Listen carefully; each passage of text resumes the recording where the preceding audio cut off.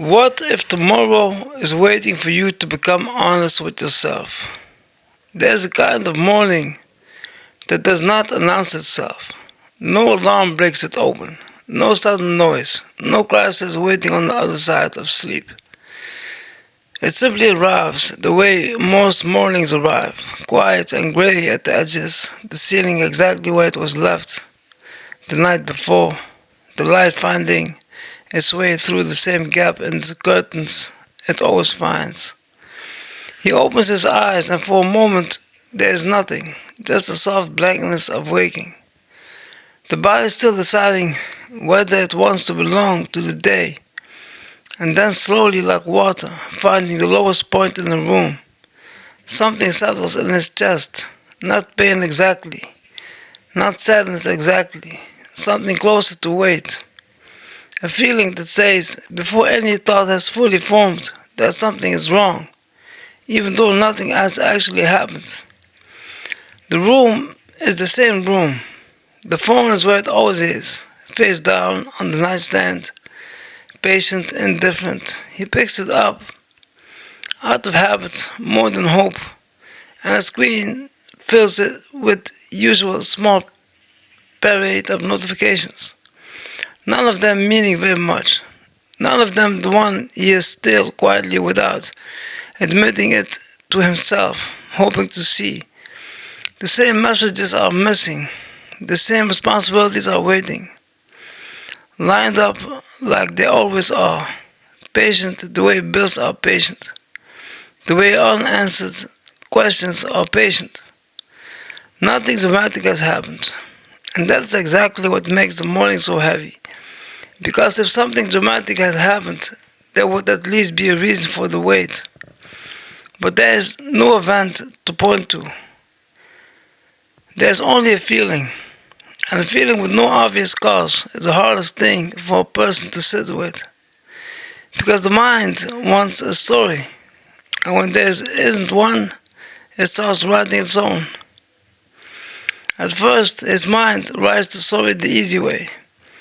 It tells him that the problem is outside of him. It is a job that has become a slow erosion instead of a place of growth.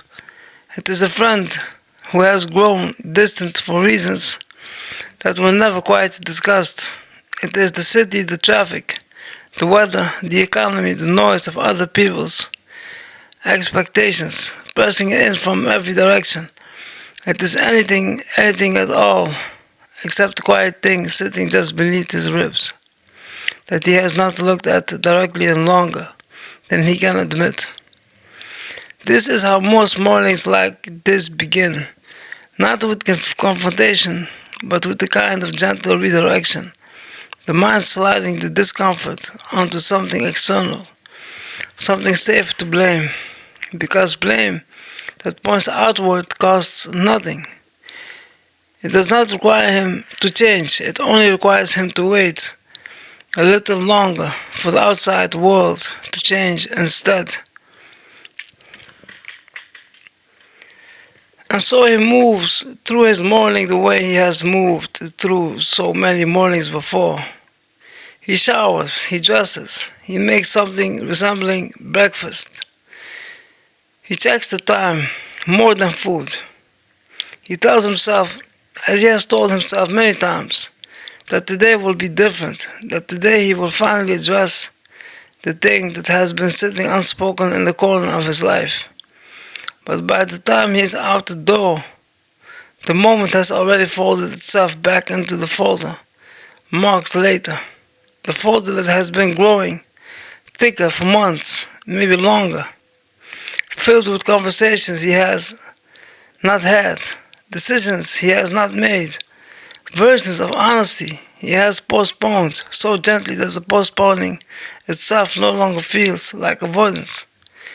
It feels like patience, and this is where the story of this episode really begins, because there's a difference between patience and avoidance that most people never learn to see, and that difference is where so many lives quietly go still.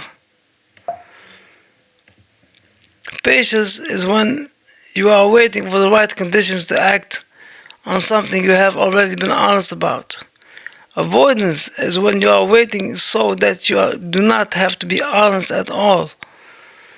They can look identical from the outside. Both involve stillness. Both involve time passing without visible movements. But inside, they are entirely different weathers. Patience has peace in it, even when it is hard, because the person is not hiding from themselves. They are simply choosing the moment. Avoidance has a low hum of guilt in it, a background static that never fully goes quiet, because some part of the person already knows the truth and is spending enormous, exhausting energy pretending not to. He does not know this yet, not clearly, not in words, but his body knows it. That is why the morning feels heavy.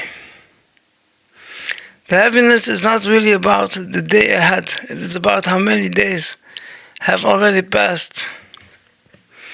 Carrying something unspoken and how the weight of unspoken things does not stay the same size. It grows quietly, but it grows. He goes through the motions of his day, and if you were watching from the outside, you would see very little out of the ordinary. He answers messages. He does his work with reasonable competence. He speaks to people, and to them, he seems fine. This is one of the strangest truths about people who are avoiding something inside themselves. They often become extremely good at seeming fine. Pretending to be okay is not usually a dramatic performance. It is a series of small, almost invisible adjustments. A slightly short answer when someone asks, "How you doing?" A joke placed exactly where a real feeling might have gone instead. A busyness that is not really about being busy, but about not having a single quiet moment where the truth might catch up to you. He has become fluent in this performance without ever deciding to learn it. And the exhausting part, the part that no one around him can see, is that pretending to be okay takes more energy than actually dealing with whatever is wrong. It is like holding a door shut against wind that never stops blowing. Eventually the arms get tired, even if the door never opens. Somewhere in the middle of his day, in a moment that means nothing to anyone else, he thinks of someone, a name that arrives uninvited, the way certain names do, carrying an entire season of feeling in a single syllable. Maybe it is someone he loved and lost through distance rather than disaster. Maybe it is someone still present in his life, but who has quietly become a stranger, wearing a familiar face. Maybe it is simply an old version of a relationship that used to feel like home, and now feels like a house he still visits, but no longer lives in.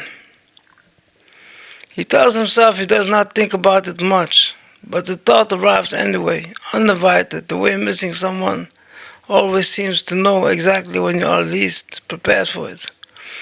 And in that small, ordinary moment, standing in the kitchen or waiting for a light to change, he feels the truth brush against him like a hand on his shoulder.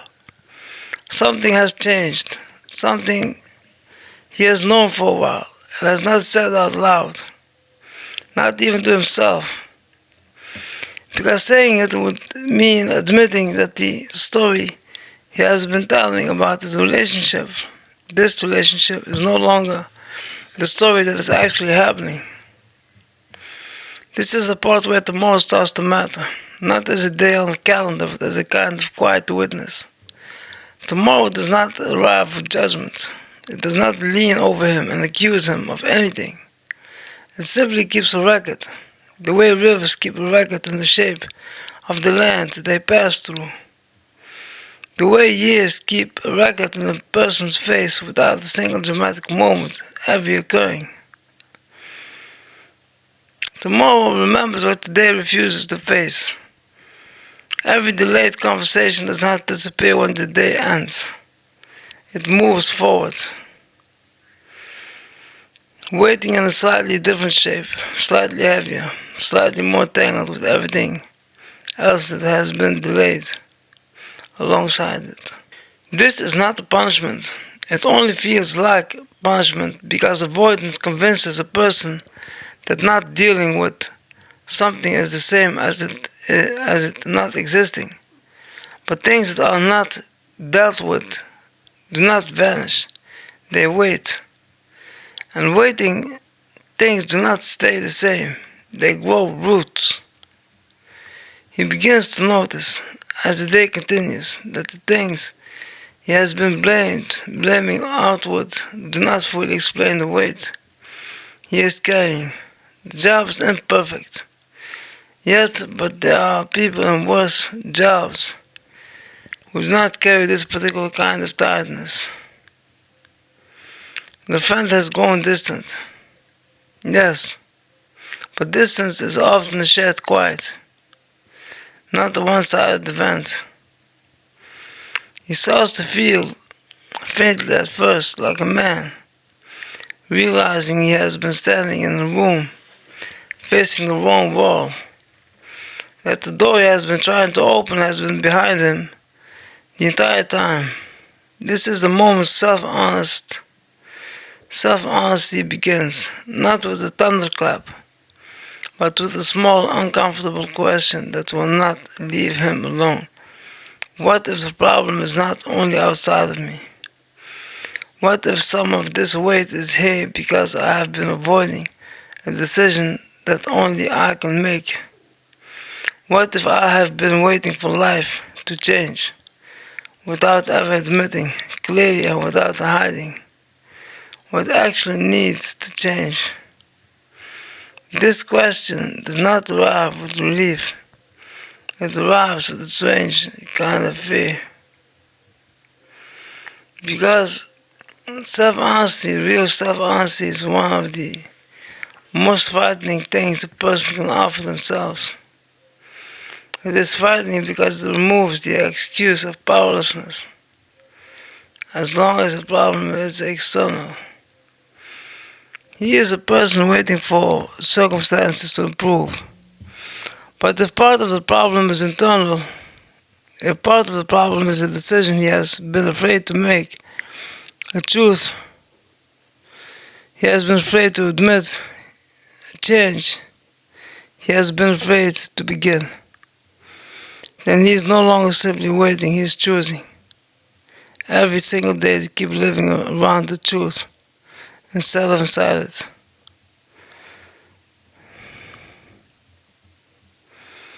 And there is something almost unbearable about realizing that the very thing keeping him stuck is not some external force, but his own quiet refusal to look directly at what he already knows.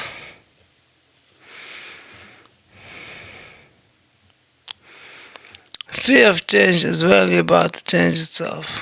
It's about the unknown territory on the other side of it. The relationship that has changed might need to end. And ending it means grief and facing an unfamiliar version of his life without the role he has grown used to playing.